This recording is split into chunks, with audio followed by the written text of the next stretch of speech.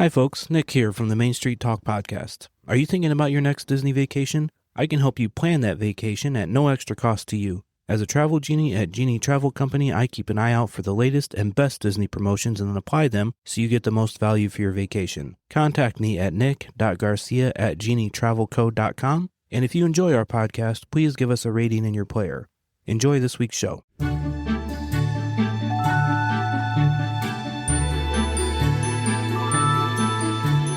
Hello, everybody. Welcome to this week's episode of the Main Street Talk podcast, your go-to podcast for all things Walt Disney World related, all the news, updates, and tips and tricks. I'm your host, Nick, and as always with me is Joni. Hello. We went and saw Toy Story 5 yesterday. We did. What'd you think? We took a couple of grands, and it was on their request, and we decided to do it. Mm-hmm. Braved it, and I liked it. I think it definitely leaves another opening. Yeah. It does. It definitely leaves another opening. My opinion, I was apprehensive ever since I heard it was coming out because I didn't really enjoy Toy Story 4 all that much. I just didn't think it was that good. But they really came back, in my opinion. Yeah. They really came back on this one. It was pretty good. So when did that come out? Is that brand new out? Toy Story 5? Last weekend.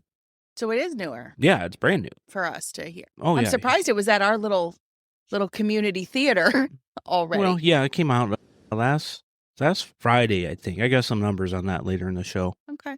Well, and I just want to make a comment. If anyone has not seen it yet and you plan to go see it, as soon as the ending happens and credits start, just hang tight in your seats because there's just a little bit more after the credits. After the credits, yep. Yeah. Just hang out, finish your popcorn, finish your drink. Yeah. Round up your kids. Yep. Okay. We got a lot to unpack in news this week. Are we ready to get into it? I'm ready. Disney has the internet in a tizzy again.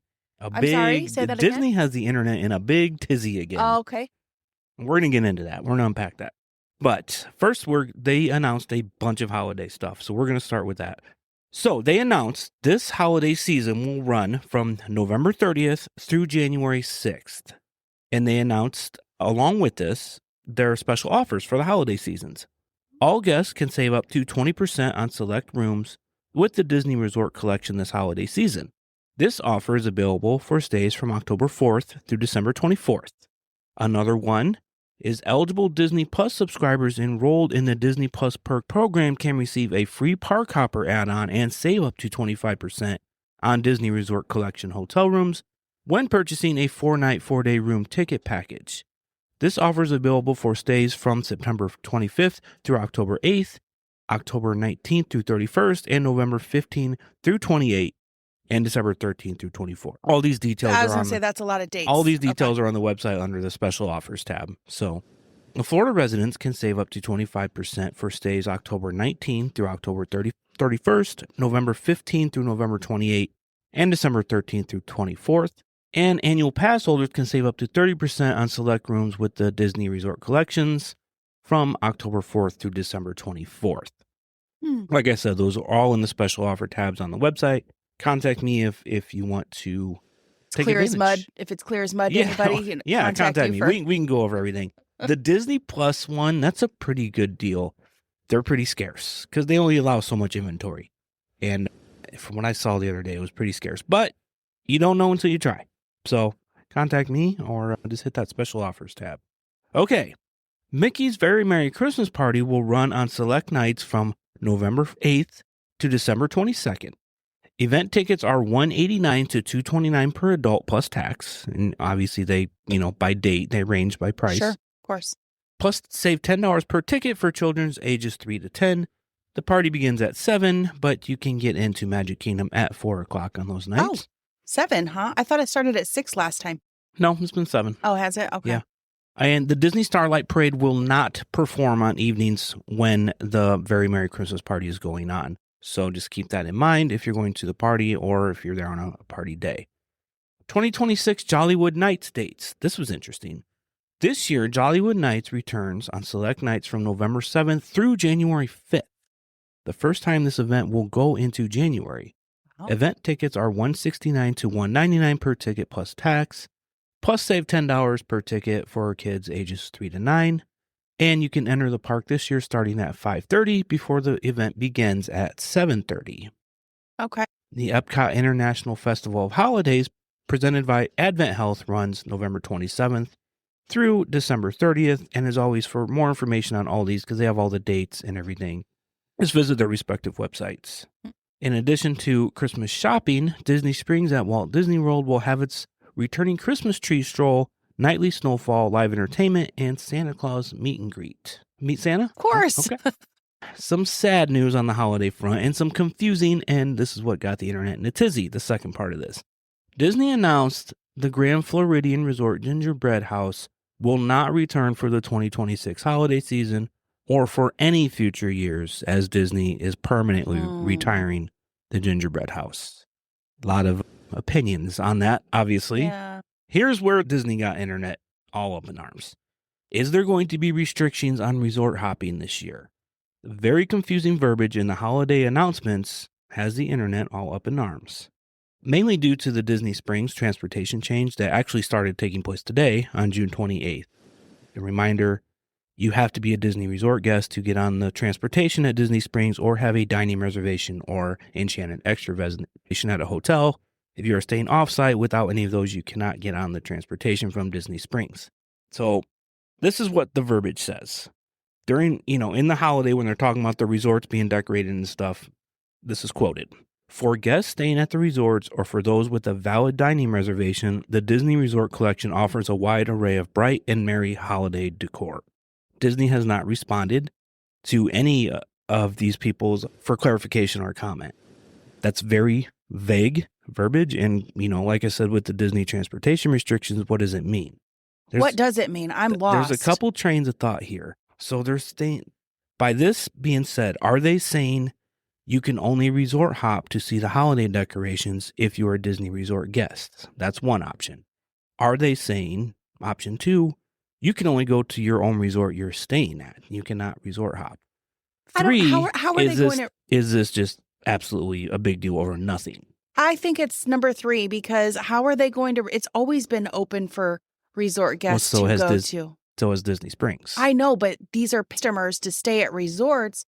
Oh, you mean for like Disney resorts? Yes. Again, it says for guests staying at the resorts or those with a valid dining reservation, the Disney Resort Collection offers a wide array of bright and merry holiday decor. Okay.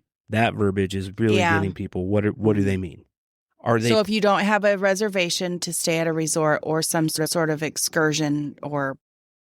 I mean, like right. like an extras package, or then so if you're just wanting to go to Disney Springs and Uber over somewhere or park your car, I don't know. How do you do that? So what's the workaround, people? The workaround as far as Disney Springs is for right now is you go and pay and park at a park. So you pay, annual pass holders, they get free parking. They could go park at Hollywood Studios and get on the Skyliner and start resort hopping from there. This is very interesting verbiage. Now, are they going to later on, come October, say, okay, we're not allowing offsite guests to visit the resorts, and they can point back to this? I don't think that would be a very wise thing, in my opinion, because there are some outside sales that come in for people going to resorts and shopping to get resort-specific items. Mm-hmm. I agree, 100%. And even to eat meals or whatever. Yep, and I just think that they would be losing money, and I just don't see that they would allow that. There are a lot of people staying at, especially the deluxe resorts, that they get crowded during the holiday season because they have this, like huge trees and stuff, and it gets crowded. And I think people have been complaining about that. I mean, the gingerbread house, the Grand Floridian, when a gingerbread house is nuts. And I think people staying there were starting to complain about all the traffic.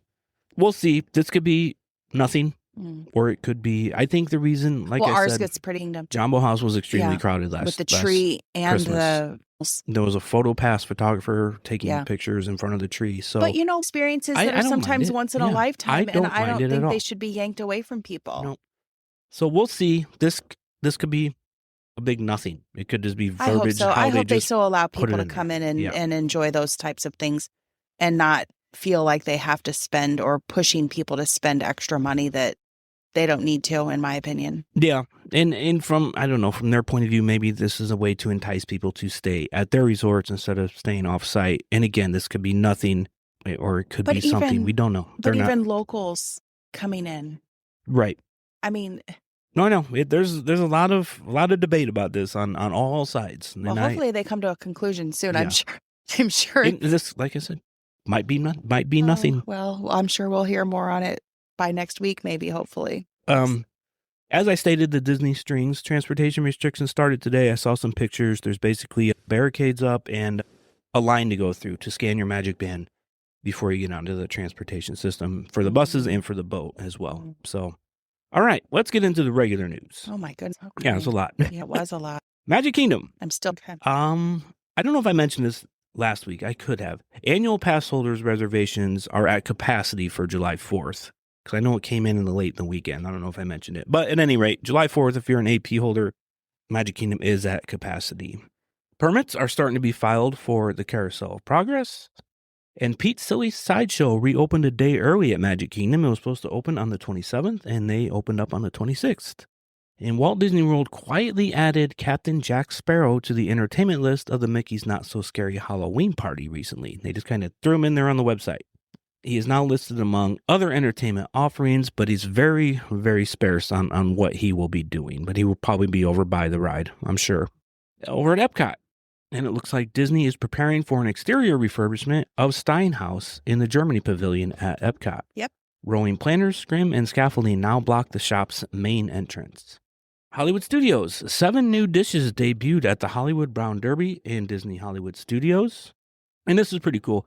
Kids that aren't tall enough to ride the Rockin' Roller Coaster starring the Muppets, they get like a free, kind of looks like a VIP card with a punch hole you can put on a lanyard, and it says Future Rock Star. Oh, so. Cute. Do they get to bring that back for a, for a lightning lane? Redeem it for a lightning lane? Over at Animal Kingdom, Cinnamon, the Ankle calf born earlier this spring, has made her debut on the Kilimanjaro safaris at the park. And you'll be happy to hear this. Jumpin' Junction, featuring kangaroos and wallabies, is now officially open at the park. This walkthrough replaces a section at the conservation station where Bluey's Wild World opened. I cannot wait to see. I know, it's going to be fun.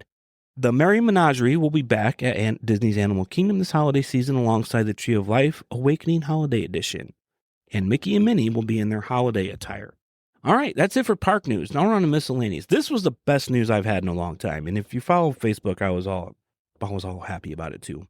Disney has finally added the ability for you to put your gift cards in your My Disney wallet on the My Disney Experience app. Nick has been this for years. I have been wanting this for years. I always, if you've been listening to the show, you've been hearing me complain about it. It's the small wins that they can do. Mm-hmm. And that did it for me. So let's get on to the Magical Express and we can start talking about other things. But yeah, it is in your wallet. Mine showed up because I had Disney gift cards on the website. I combined them. It was already in my wallet. I didn't have to do anything. Perfect. They already showed up. So Disney Destiny is featured in the new Behind the Attractions Season 3 on Disney+. Speaking of Toy Story, in a press release shared by Disney on Sunday, the first 4 Toy Story films drove more than 60 million hours of viewing on Disney Plus in the lead up to the release of Toy Story 5. Wow. And Toy Story 5 is the number 1 movie in the world for the second week. Hits 585 million global box office. Well, I know our theater was completely full with all 8 of us in there. Yeah, we went to a 10 o'clock movie though. We did go to 10:20 a.m. a matinee. Another family of 4. All right, that's all I have.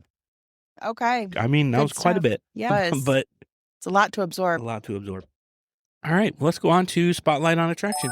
All right. So our spotlight, we are going to be jumping into Italy today. So we've got a few dining services to talk about. Firstly, we're going to talk about the Tutto Italia Ristorante, which is an elegant, airy dining room or outside on the patio table service restaurant open for lunch and dinner daily from 12:30 to 9 p.m. that offers appetizers, entrees like fish, steak, chicken, along with traditional dishes like lasagna, chicken parmesan, and handmade pasta in a Roman-inspired setting with murals and chandeliers. Indulge in desserts like gelato, chocolate cake, and crispy cannoli. It's known for its old-world ambiance, full bar, and options for various diets. Advanced reservations are highly recommended, and guests with a valid Disney Resort Hotel reservation can make reservations 60 days in advance of your check-in date, with all other guests able to make their reservations 60 days prior to the date that you would like to dine. Cost for this is currently $15 to $35 per adult, and children items such as spaghetti, chicken tenders, and pizzas are priced between about $8 and $11 per child. And the kiddos' meals do include a milk, a bottled water, or juice, but refills are not included. Dining plans are accepted, and annual pass holder discounts are given at 20%. You must see the pass holder discounts for more details. This establishment does have a cancellation and modification policy, and that if you are a no-show or fail to modify or cancel your reservation according to policy, your credit card used to make the reservation will be charged a per-person fee. Now, keep this in mind. This is across the board for all sit-down restaurants, right. not just this one. Mm-hmm. Any type of table service is going to have this restriction of modification and cancellation. Yep, if you're a no-show. Yep.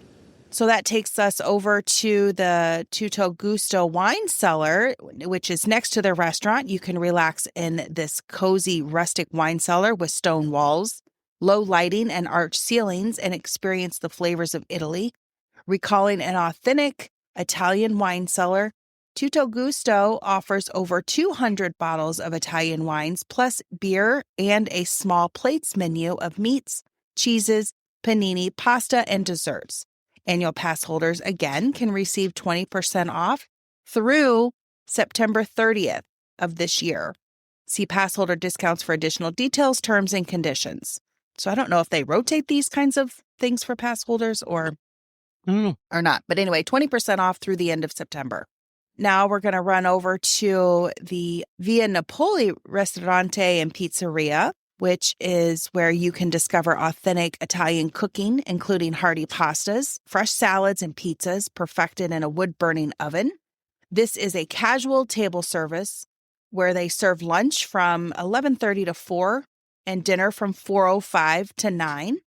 Dining experiences with the a la carte menu, and lunch and dinner pricing is about $15 to $35 per adult, and children age 9 and under are approximately 9 to 10 per child.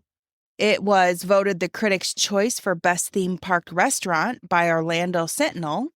The Via Napoli was created by Patina.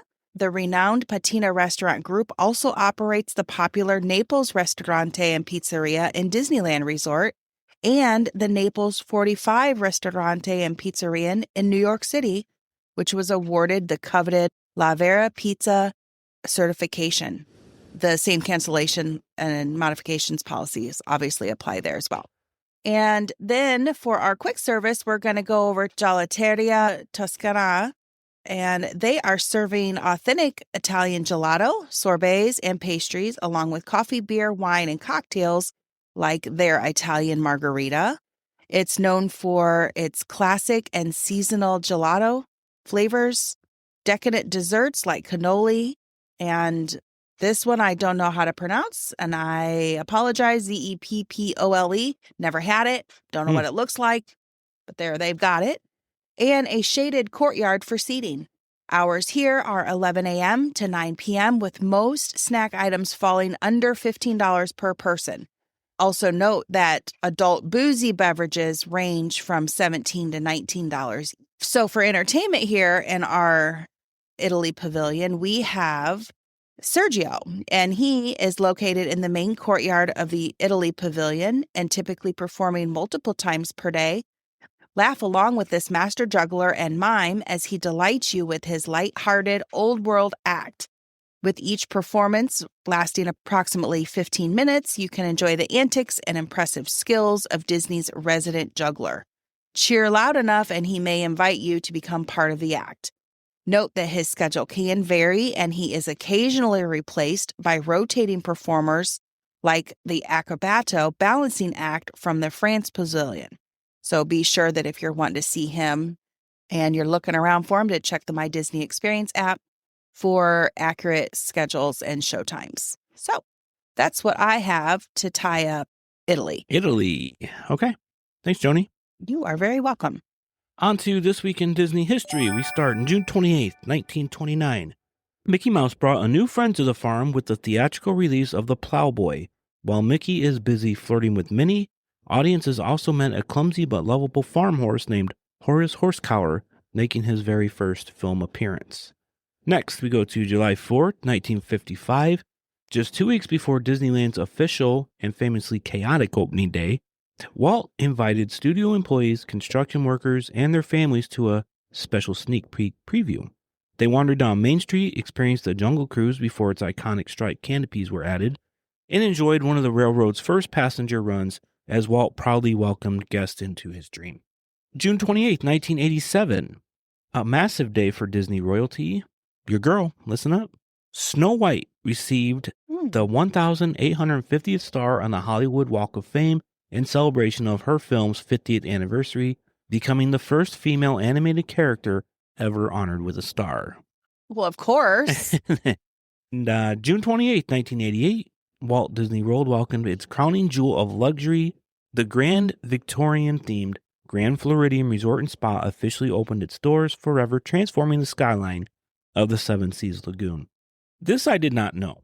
On June 28, 2003, Disneyland made Hollywood history by hosting its first ever red carpet movie premiere inside the park for Pirates of the Caribbean, The Curse of the Black Pearl. Massive screens were set up along the rivers of America, proving that the beloved theme park attraction really could launch a blockbuster film franchise. Yeah, so they had big theaters or big screens set up so you could watch them in the park. Nice. And that is This Week in Disney History. Good. Let's go on to our movie of the week. We got another Fess Parker feature. You know, we've been watching a lot of Fess Parker lately. I feel like I know him, like he's family. Now we're just like, oh, Fess is in this one. We're on a first name basis. We are on first name basis.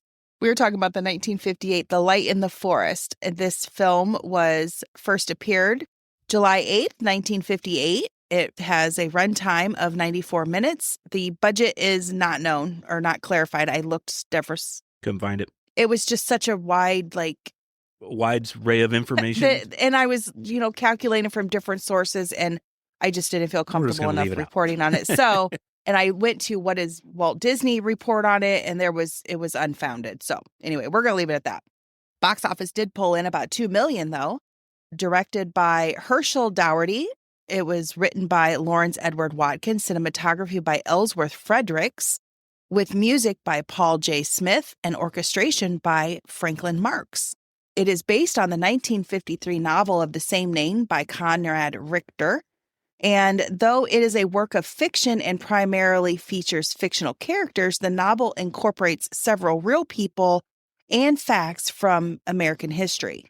Richter won the Pulitzer Prize for another of his Frontiers novels. Not this one, but he did write several. This is the only one Disney adapted, though. Set primarily in the Pennsylvania frontier during 1764, in the period following Pontiac's War. Other locations include what is now Ohio, where the Lenape Village is located, and some key locations are Fort Pitt, which is present-day Pittsburgh, the Sequanah River Valley, the frontier settlements around present-day Harrisburg, and some river valley in Ohio. I apologize. I do not know any of these tribal names. So Tuscarawas River Valley in Ohio, home of the True Sons Lenape community. Though the story is set in Pennsylvania and Ohio, the filming was largely located in Tennessee, near Chattanooga, and in California. The storyline is after being captured and raised by the Lenape people as a child, True Son, who is also Johnny, I can't remember what his last name was, now a young man, is forced to return to his white birth family in colonial Pennsylvania as part of a peace treaty. Struggling to adapt to a culture that now feels foreign, he finds himself caught between two worlds. As tensions grow between settlers and Native Americans, True Son must decide where his true loyalty and identity belong. The film explores themes of family, belonging, prejudice, and cultural understanding. So, Conrad Richter, the author of the novel that this is based off, also wrote a sequel titled A Country of Strangers, which was published in 1966.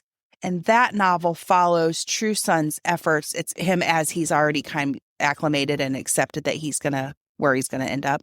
It just depicts him becoming more involved in a new surroundings, new community, new people. I'd be interested in reading that, actually. I like this movie. I thought it was pretty good. Yeah. So to find his place belonging, Disney did not adapt this title, however, and so the novel, if you're interested in it, is the only extension. Okay. So no movie on this one. It was nominated for a Golden Globe Award for the most promising female newcomer, Carol Lindley, for her role as Shenandoah, who is the girl that is kind of sweet on True Son. So a little bit of bonus information. It's talking about the historical events and peoples. Although the characters are fictional, the story is inspired by real events that occurred after Pontiac's War. During this period, many children who had been adopted into Native American communities were actually returned to their colonial families, and some did resist because they had come to identify with their adoptive communities. Unlike many frontier films of its era, this film portrays the conflict from multiple perspectives and emphasized the emotional cost of cultural division rather than simply depicting settlers versus Native Americans. Today, the film is remembered as one of Disney's more serious historical dramas and is often praised for its exploration of identity, belonging, and cross-cultural understanding. So I liked it too. I thought it was good. I thought it was very good. And a lot of these movies that we watch, we have to end up renting because they're just nowhere to stream. Yeah. This one, we couldn't find anywhere to stream. You know where I found it? On YouTube. Yep. Absolutely free. Absolutely free. And it wasn't bad. It wasn't terrible. No. It's a little rough in some scenes, but because there have been some films that we've just not been able to find, and we've had to skip them. You've got to skip them, yeah. I mean, we're trying. This one, but it's right there for free. And also, when we were watching the opening credits, I was like, "Oh, Jessica Tandy's in this." Yes. If you don't know who Jessica Tandy is, she was the elderly lady in Driving Miss Daisy. Yep. And Fried Green Tomatoes. She was the elderly in the nursing home. Now, do you recall? Because I know this was many years difference. Which character was her? She was his mom, mother, Johnny's mom. That's who I assumed it was as well. As soon as I saw her, I was like, "There she is, right there." Okay, perfect. So, okay. Well, that's what I have for 1958, The Light in the Forest. All right, thanks, Tony. Pretty good show. Yeah, it was really good, I thought. All right, on to this week's tip or trick. We know that if you go to Disney, there are slower times than others, but it's just count on it always being busy. That's just how it is. But here's a tip or trick to visit Epcot. Epcot is notoriously a locals hub. Locals like to go there to eat and dine, and it's usually on the weekends. So if you want to get a little bit lighter of a crowd on Epcot, go during the weekday. You can avoid the locals, They like to go there and, have dinner or do whatever. So yeah, that's our tip. Just pick Epcot during the weekdays. You might find a little bit lower crowds. Mm-hmm. If you have littles and don't like that kind of rowdiness, get out of Showcase before before it gets too late. Before things start going down, if you know what I mean. We were there actually with the boys, and the music started picking up, and the crowds were coming in, and we were going opposite directions. We're exiting, and they were coming in, and you could tell it was going to be quite a night. Yeah. So that'll do it for this week's show. Our Facebook page is Main Street Talk. The Facebook group is Disney World Tips and Tricks. Instagram is Main Street Talk Podcast. The website is mainstreettalkpod.com. All of our links live there. We are on YouTube. No video, just audio. And contact me for any of those amazing holiday deals. And I still have the $50 gift card deal. Yes. Going through the whole month of July. So it doesn't matter when you travel. My email is nick.garcia@genietravelcode.com. And we are affiliates of the Magic Candle Company. The link is on the website. And use the code Main Street Talk at checkout for 15% off. We will be back next week with more tips and tricks. Hopefully some clarification on the holiday resort hopping, but I don't think we're going to get that. But it'd be nice. And we're giving away a poster next week. We are. We're giving away a poster? Okay. Yes, we are. And we're giving away a poster next week. So come back next week for more Disney fun. We will talk to you real soon. Bye, everyone.